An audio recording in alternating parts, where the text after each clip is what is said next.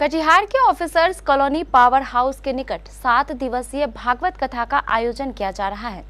इस भागवत कथा में आचार्य गिरीशानंद जी महाराज द्वारा भागवत कथा सुनाई जा रही है। इस भागवत कथा को लेकर कथावाचक आचार्य गिरीशानंद जी महाराज ने बताया कि विश्व में सभी कथाओं में भागवत कथा श्रेष्ठ मानी गई है। जिस स्थान पर इस कथा का आयोजन होता है वह तीर्थ स्थल कहलाता है। इसको सुनने एवं आयोजित करने का सौभाग्य सिर्फ प्रभु प्रेमियों को ही मिलता है। इस भागवत कथा का आयोजन मिलिट्री से रिटायर्ड कैप्टन मनोज कुमार चौधरी द्वारा किया जा रहा है। ये दोनों बच्चे राक्षस होंगे।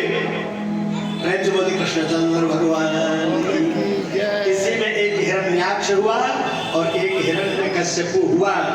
इसलिए सभी गृहस्थों से निवेदन है कि पुत्र उत्पन्न करना महापर्व है। पुत्र उत्पन्न करना देश की सेवा है।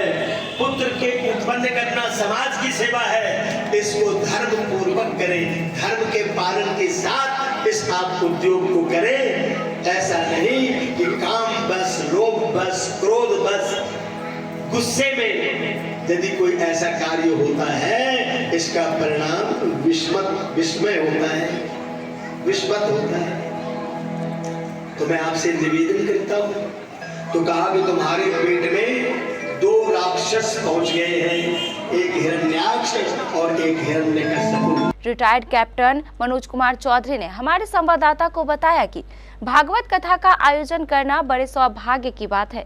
इस भागवत कथा को सुनने के लिए बड़ी संख्या में श्रद्धालु आयोजन स्थल पर पहुंच रहे हैं। अच्छा देखिए, हम तो फिलहाल इस जगह पर बिल्कुल नए हैं। हम मिलिट्री से रिटायर होकर के आए हैं, कैप्टन मनोज कुमार चौधरी, और इस जगह पर हम नया घर बनाए, नया बसोबास हुआ हमारा। लेकिन यहाँ के लोगों का जो श्रद्धा था बाबा गिरीशानंद जी के हाव भाव व्यवहार को देखने के बाद वो हमारे संपर्क में आए और उन्होंने बताया कि एक कथा का आयोजन होना चाहिए। तो हमने भी सोचा कि एक तो हम सैन्य जीवन वनवास काट करके आए हैं 30 साल, तो क्यों न बाबा के शरण में हम एक बार जाएं। और हमने भी बढ़ चढ़ के साथ देने का कोशिश किया।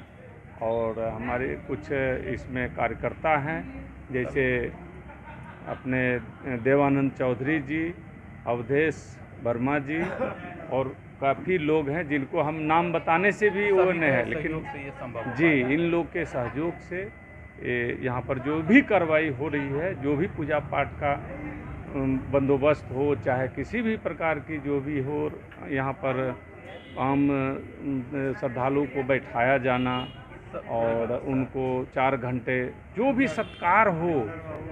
हाँ, महेंद्र बाबू हैं, कुछ हम नाम नहीं जानते हैं क्योंकि हम नए हैं। पहले आपको व्याख्या हम कर चुके हैं, इस जगह पर हम नया हैं। धन्यवाद दूंगा मैं इन सबको कि हमको इसमें जुड़ने का मौका मिला और भागवत कथा जैसे महापुराण को में शामिल होने का जो अवसर हमें मिला, मैं सभी पूर्वज को हम धन्यवाद बोलते हैं। और सभी सहयोगी को, सबसे पहले तो सहयोगी को मैं बार बार नमस्कार।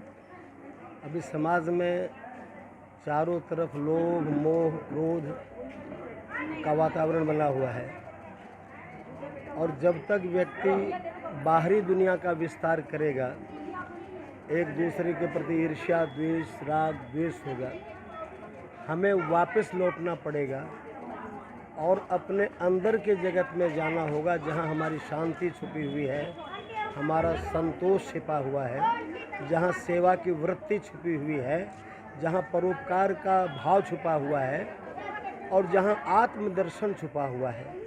जब वहाँ व्यक्ति पहुँचता है तो आत्मवत् सर्वभूतेषु वह सभी में अपनी आत्माओं के दर्शन करता है। किसी के प्रति उसका राग नहीं होता, किसी के प्रति उसका क्रोध नहीं होता, केवल सर्वभूत हितेरता की भावना से भर जाता है। और ऐसे व्यक्ति की संख्या बढ़ने से यह देश देखते देखते वैकुंठ बन जाता है।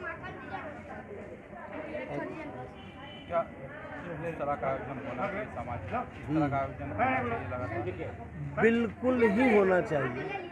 हमारे पूर्वजों ने यह निर्धारित किया है कि यदि समाज को सुधारना है, सरकार बहुत प्रकार की व्यवस्था करती है, लेकिन वह सारी व्यवस्था भ्रष्टाचार के भेंट हो जाती है। जब ये संतों की एक व्यवस्था है, जब लोगों को अच्छी बात सुनाई जाएगी, अच्छी राह दिखाई जाएगी और अच्छी तरह से उनको प्रेरित की जाएगी, तो निश्चित रूप से समाज का भला होगा, समाज का विकास होगा।